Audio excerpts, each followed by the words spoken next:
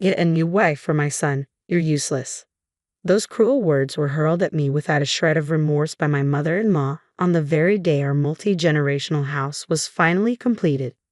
I always knew she didn't think much of me. Despite that, I had agreed to build this house, taking her feelings into consideration, but I never expected to be treated with such disdain. I stood there speechless as she smiled smugly. My husband looked as pale as a ghost. She had no idea how deeply her words would cut. My name is Elena, and I'm 30 years old. After graduating from vocational school, I worked at a production company, drawing illustrations. 2 years ago, I became an independent contractor, working as a freelance designer. While I no longer enjoy the benefits and set holidays I had when I was employed, my income has increased significantly, allowing me to save more than enough. My husband Camille, whom I married 3 years ago, has been my biggest supporter. He encouraged me when I was contemplating becoming independent. Elena, I believe you can be successful on your own, he said. But if I fail, I'll lose my income, and it will be a burden to you, Camille. Don't worry about that. We're a team, remember? If you want to try something new, I want to support you. Camille, don't worry. No matter what happens, you're not alone. I'll support you with all my might. Thank you. I'll give it a shot. With Camille's unwavering support, I ventured into freelancing. In the beginning, jobs were scarce and my income was nearly zero. But my husband's encouragement kept me going. Now, 2 years later, I have more work than I can handle, from regular gigs to major projects. Somewhere along the line, my income surpassed both my previous earnings and my husband's. My annual income now exceeds $10 million. Our comfortable financial situation allowed us to enjoy more luxurious experiences together, like shopping and traveling, whenever Camille had time off. One day, while working from home, I started feeling unwell. When the discomfort persisted for several days, I visited the doctor. To my surprise, I discovered I was pregnant. I went home and nervously awaited my husband's return. That evening, as soon as he walked in, I brought up the topic. Hey Camille, you know I haven't been feeling well lately, right? So I went to the hospital today. Oh right, I'm sorry I couldn't go with you. Are you okay? Yeah, actually, there's something I need to tell you. I'm pregnant. What? You're pregnant? He stared at me with wide eyes, his bag slipping from his hand. Really? He asked, a smile spreading across his face. I nodded, beaming. Camille hugged me tightly. Thank you so much, Elena. I'm so happy. Whoa, I can't breathe, Camille. Oh, I'm sorry. I was just so excited. Seeing you this happy makes me happy too, Camille. Let's work hard together. Absolutely. I'll work even harder so that you'll be okay when you're close to giving birth and can't work. Thank you. I plan to work until the last minute too, I said, smiling at Camille's tearful expression. As we started eating the dinner I had prepared, my husband could only talk about our future child. I wonder what the gender will be. We need to prepare various baby items. Should I take paternity leave? His enthusiasm made me laugh. He was probably mulling over all the details in his own way. At that moment, I decided to share something I had been contemplating for a while. Hey Camille, there's something I've been thinking about for some time. How would you feel about us building our own house? Huh? A house? Our own? I've always imagined that when we have a child, I'd want us to live in a standalone house. I envision creating a room just for our child and call it lavish, but I've also been thinking about having a study room. That sounds reasonable. With our future child in mind, our current condominium does feel a bit cramped. Exactly. Now that we know I'm pregnant, I really want to make this happen if we can. Yeah, I agree. Let's welcome our child into the best environment possible. So we made the decision to build a new house. On our days off, we toured model rooms and immediately began planning the floor layout, aiming to complete the house before the arrival of our child. About a month after discovering my pregnancy, we decided it was time to share the news with my in-laws. They lived about a 30-minute drive away from our condominium, but we seldom visited. The reason was simple, though unspoken. I found it challenging to deal with my mother-in-law. The issues began shortly after our marriage, perhaps even earlier when we visited his parents' house to announce our engagement. My mother-in-law had never been welcoming, often sporting a sullen expression. Initially, we used to visit them regularly, but she would always ask, "No children yet?" Her lack of understanding extended to my profession. She would remark, "Drawing for a living isn't a real job." whenever my husband and father-in-law were out of earshot. Gradually, I began avoiding their house due to her insensitive comments. Even when my husband suggested visiting, I would politely decline, citing deadlines. But this time, despite my reservations, I felt obligated to go, believing she might be happy if we shared our pregnancy news. So, with my husband at the wheel, we set out for my in-laws' house. Upon arriving, I was greeted by my mother-in-law's usual sullen demeanor. Well, it's been a long time, hasn't it, Elena? Yes, it has, mother-in-law. I wonder what you've been up to. Surely not just drawing all this time, right? That's what my job entails.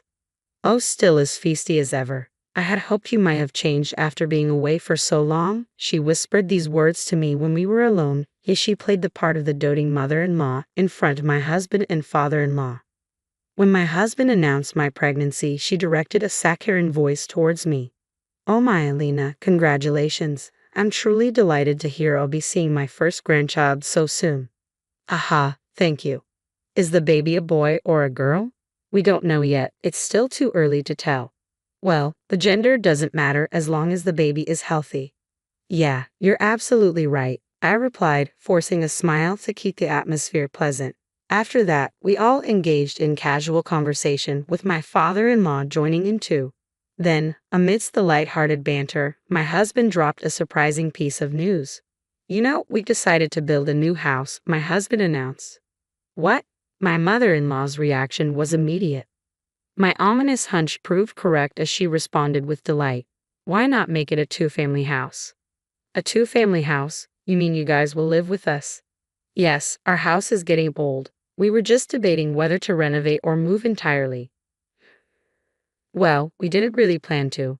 I'm sure the child will benefit from living with grandparents, right? You agree too, don't you, Dad? My mother-in-law directed the conversation towards my father-in-law. Thrown into the discussion, my father-in-law kept his expression neutral, though there was a hint of joy as he muttered, Yeah, I guess so. Seeing his reaction, my mother-in-law turned to me, her eyes practically shouting, See? Elena, honey, Dad agrees too, so it's okay, right? She pressed. It's all so sudden. Why not? It seems more families are going nuclear these days. I'm sure we'll have a blast living together, she insisted. I hesitated, unsure how to respond. When the baby comes, working will be hard, you know. Wouldn't it be nice to have someone close by to help out with housework? My mother-in-law's suggestion gave me pause. Well, I had to admit she had a point. Balancing work and caring for a newborn would be challenging. If my mother-in-law was willing to lend a hand, it could make a significant difference. But did that mean we should live together? She seemed genuinely thrilled about the baby, which softened my reservations. Yet I found myself grappling with conflicting emotions. From then on, my mother-in-law's demeanor towards me shifted drastically. Regular texts flooded my phone. How are you feeling? If you need anything, just let me know. And other comforting messages. Perhaps the pregnancy prompted her change in attitude. Slowly, I began to let my guard down. One day, my husband posed the question, what are we going to do about the two-family house idea? As my mother-in-law's kindness grew, my perspective began to shift. Well, since your parents are so keen on the idea, maybe we should give it a try. Really? Are you sure? I thought you didn't get along with my parents. True, I was cautious around your mother and avoided visiting your parents' house. But ever since we learned about the baby, she's been remarkably kind. I think I'm willing to give it a chance. I see. Thank you, Lena. My mom can be a bit self-centered, but I think she's genuinely excited about our child. Yeah, I can sense that too. Well, we'll need to adjust our plans then. Let's talk to the construction company. A few days later, we returned to the construction company we had consulted before and informed them of our decision to proceed with building a two-family house. With some floor plans already in mind, we worked to expand upon them. The process of designing our new home progressed steadily, with us occasionally bringing my in-laws along to consult with the construction company. But I remained oblivious, unaware that this decision would lead to such a predicament. A few months later, as I entered my third trimester, construction began. When I called my mother-in-law, Emil, to share the news, she dropped a bombshell. I've waited so long for this moment. I was getting pretty tired of having to be nice to you. What? Mother-in-law? Your baby is a girl, isn't it? You're so useless. Didn't I tell you not to have anything but a boy? Wait a minute, when I told you the gender last time, you said girls' clothes are cute. That's nice too. That's because your husband and Camille were there. You're not an idiot, are you? Is that so? Her words struck me like a heavy blow. I was rendered speechless as she continued mercilessly. Just so you know, it's too late to regret it now. The house is already under construction. I was just pretending to get along with you to ensure we'd live in the new house. Mother-in-law. Oh, by the way, I've made quite a few arrangements. Look forward to it, all right. With that, she hung up, leaving me with the dial tone. I couldn't fathom what my mother-in-law meant by arrangements, but the realization that she hadn't changed at all hit me even harder. I wanted to confide in my husband, but I couldn't bring myself to disrupt his happiness as he joyfully anticipated the baby's arrival. I had hoped to settle the matter after giving birth and calming down by the time the house was completed. A few months later, our daughter arrived safely, and the house was finished about 6 months later. We had briefed my husband on the rough details, and we agreed to keep our interactions with my mother-in-law to a minimum while allowing her to live in the two-family house we had built. However, on the day of the handover, my mother-in-law, brimming with anticipation, said to me, "Finally, this moment has arrived, Elena. Thank you for your efforts. From now on, you're on your own. Best of luck with your job and childcare." Excuse me, mother-in-law? Not only me, but my husband and father-in-law were also left speechless. My mother-in-law, perhaps thinking that since the house was built, anything would suffice, continued to utter heartless words. "I'm sure you know I despise a bride as charmless as you. If you're aware, why not just leave with that child?" Wait a moment, what are you saying? I found a new bride for my son. Divorce your incompetent husband again, all right? I've reached out to everyone I know who has a daughter. I searched for a docile girl among them. I believe she'll be obedient and become a housewife as I desire. In that moment, something inside me shattered with a deafening crash. A new bride? You must be joking. I was considering letting bygones be bygones and allowing her to stay with us. Enough, I'm going to evict her. With unwavering determination, I confronted the smirking mother-in-law before me. "You're the one who needs to leave." Mother-in-law, what? What are you talking about? This house was built by my son, so there's no reason for me to leave. Oh, you're quite confident, aren't you? Naturally, even if you ask me to leave, it's my son's house, so I'll continue living here. Observing my mother-in-law's excessive confidence, I couldn't help but chuckle. Meanwhile, my husband spoke up slowly, his face draining of color. "Mom, don't tell me you didn't know." "Ha! What do you mean, Camille? This house, this duplex, was built under Elena's name." "What?" The proud smile my mother-in-law had been wearing just moments ago vanished instantly, replaced by a look of shock. Visibly upset, she struggled to form her words. "What are you talking about? She doesn't even have a job. How could she?" "That's what I've been telling you. Elena is an independent woman. She earns much more than I do." "Is that true?" "Absolutely. When we decided to build this duplex, we exceeded our budget, but Elena covered the extra costs." "What? That can't be true."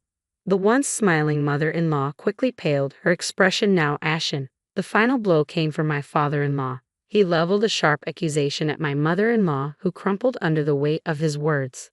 "What was that remark you made earlier?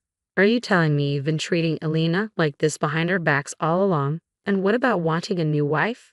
"No, that's not it. I was just considering what's best for Camille." "What's best for Camille? This was all you're doing. How could you treat Elena this way? I never thought you could stoop so low." "I wanted to."